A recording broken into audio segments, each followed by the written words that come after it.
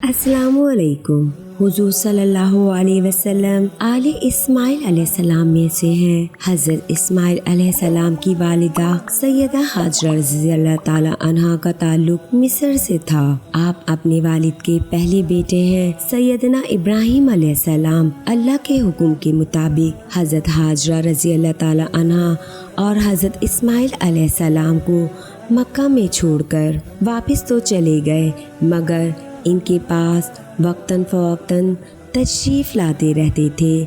हज़रत अब्दुल्ला बिन अब्बास रज़ियल्लाहु ताला अन्हु की रिवायत करदा एक तवील हदीस में हज़रत इस्माइल अलैहिस्सलाम के बचपन से लेकर जवानी तक के तमाम वाक़यात मुज्तमा किए गए हैं। इस हदीस में हज़रत इस्माइल अलैहिस्सलाम की असवाजी ज़िंदगी का तस्करा मिलता है। हज़रत अब्दुल्ला बिन अब्बास रज़ियल्लाहु ताला अन्हु का बयान है कि हुज़ूर अकरम सल्लल्लाहु अलैहि वसल्लम ने फरमाया, वहाँ से कबीला बन्नू जरहम का एक काफ़िला गुज़रा जो शाम की तरफ जा रहा था। उन्होंने इस पहाड़ पर परिंदे देखे। वो कहने लगे, ये परिंदे वो हैं जो पानी पर चक्कर लगाते हैं। क्या तुम्हें मालूम है कि यहाँ पर कोई पानी है? कबीले के दूसरे लोगों ने जवाब दिया कि हमें तो मालूम नहीं। फिर वो खुद वहाँ गए, देखा कि एक औरत है। वो इसके पास आए और इससे वहाँ ठहरने की इजाज़त मांगी तो हज़रत हाजरा रज़ियल्लाहु ताला अन्हा ने इजाज़त दे दी। हज़रत हाजरा रज़ियल्लाहु ताला अन्हा खुद चाहती थी कि वहाँ कोई बस्ती आबाद हो जाए, चुनाचे उन्होंने बाखुशी इजाज़त दे दी। बन्नू जरहम का पूरा कबीला इस मुक़द्दस ख़ानदान से बहुत अक़ीदत व मोहब्बत रखता था।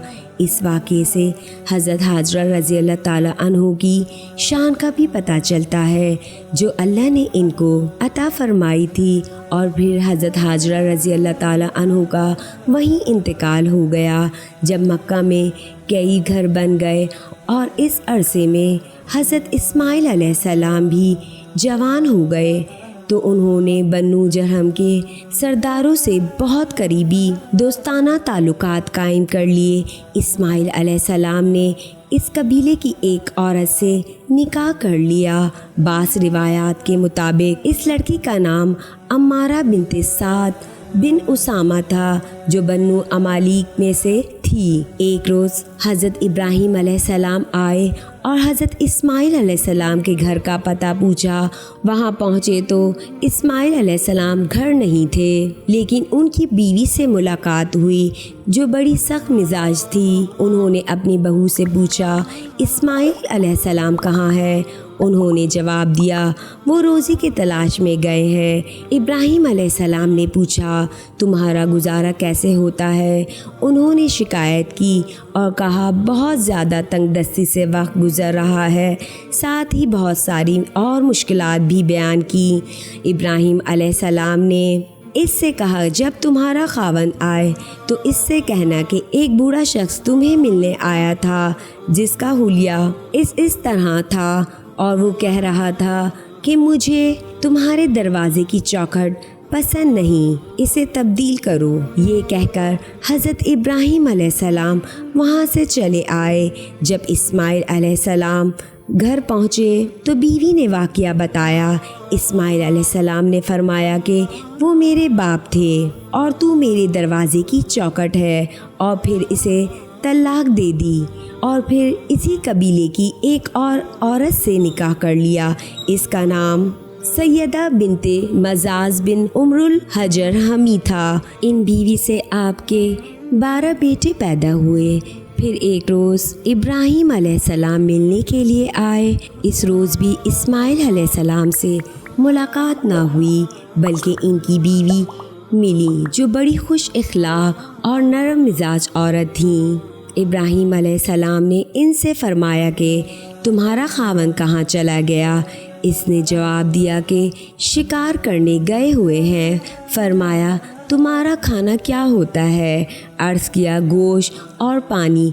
फरमाया, ए अल्लाह, इनके गोश्त और पानी में बरकत अता फरमा। ये दुआ 3 मरतबा की। फिर इस औरत से कहा कि जब तुम्हारा शौहर आए तो इसे मेरी खबर देना और इसे बताना कि इस हुलिये का ایک آدمی آیا تھا اور اس نے کہا کہ میں تمہارے گھر کے دروازے کی چوکھٹ پر راضی ہوں اور اسے برقرار رکھنا۔ جب اسماعیل علیہ السلام آئے تو بیوی نے سارا واقعہ کہہ سنایا۔ راوی کہتے ہیں کہ اس کے بعد ابراہیم علیہ السلام بھی تیسری مرتبہ آئے اور پھر ابراہیم علیہ السلام اور اسماعیل علیہ السلام دونوں نے مل کر بیت اللہ کی تعمیر کی۔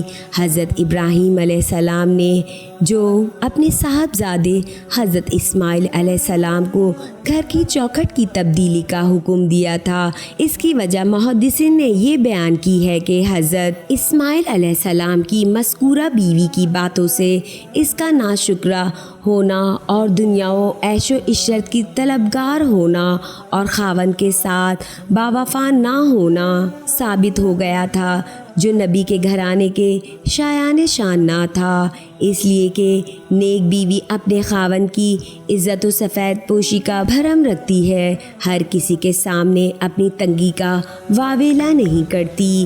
اس وجہ سے انہوں نے اپنے صاحبزادے کو طلاق دینے کا حکم فرمایا۔ رہا یہ سوال کہ طلاق اللہ کو سخت ناپسند ہے، اس کے باوجود ایسا حکم کیوں دیا، تو اس کا جواب یہ ہے کہ ناپسند ہونے کے باوجود اللہ نے اسے حرام قرار نہیں دیا ہے، بلکہ کسی مصلحت کے سبب دینے کی اجازت بھی دے رکھی ہے، اور قرآن مجید میں اس حوالے سے تفصیلی احکام بھی نازل فرمائے ہیں۔ عورت شوہر کا احسان مند اور شکر گزار ہو کر رہے۔